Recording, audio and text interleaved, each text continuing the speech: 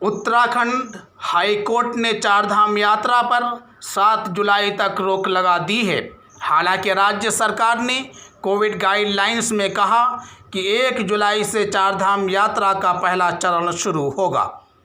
हम आपको बता दें, उत्तराखंड हाईकोर्ट ने चारधाम यात्रा पर 7 जुलाई तक रोक लगा दी है।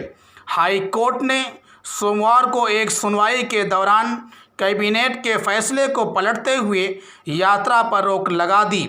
हाईकोर्ट ने तीर्थ स्थलों से जुड़ी भावनाओं को ध्यान में रखते हुए सरकार से मंदिरों में चल रही रस्मों और समारोहों का देश भर में सीधा प्रसारण करने की व्यवस्था करने को कहा था। हालांकि हाईकोर्ट के आदेश के बावजूद उत्तराखंड सरकार ने चारधाम यात्रा को लेकर गाइडलाइंस जारी की हैं। उत्तराखंड सरकार ने कोविड की नई गाइडलाइंस जारी की है।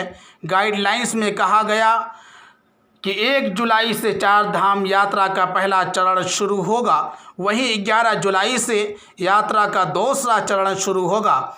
यात्रा के लिए कोविड की नेगेटिव रिपोर्ट लाना अनिवार्य है।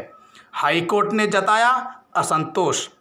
गौरतलब है कि हाईकोर्ट ने यात्रा के दौरान पर्यटकों और श्रद्धालुओं के लिए राज्य सरकार की व्यवस्थाओं पर असंतोष जाहिर किया था। मुख्य न्यायाधीश RS चौहान और न्यायमूर्ति आलोक कुमार वर्मा की खंडपीठ ने राज्य मंत्रिमंडल के उस फैसले पर रोक लगा दी थी जिसमें चमोली, रुद्रप्रयाग और उत्तरकाशी जिलों के निवासियों को 1 जुलाई से हिमालयी धामों के दर्शन की अनुमति दी गई थी। हाईकोर्ट ने कहा कि वर्तमान परिस्थितियों में कुछ लोगों की भावनाओं को ध्यान रखने के बजाय कोरोना वायरस के डेल्टा प्लस स्वरूप से सबको बचाना ज़्यादा महत्वपूर्ण है।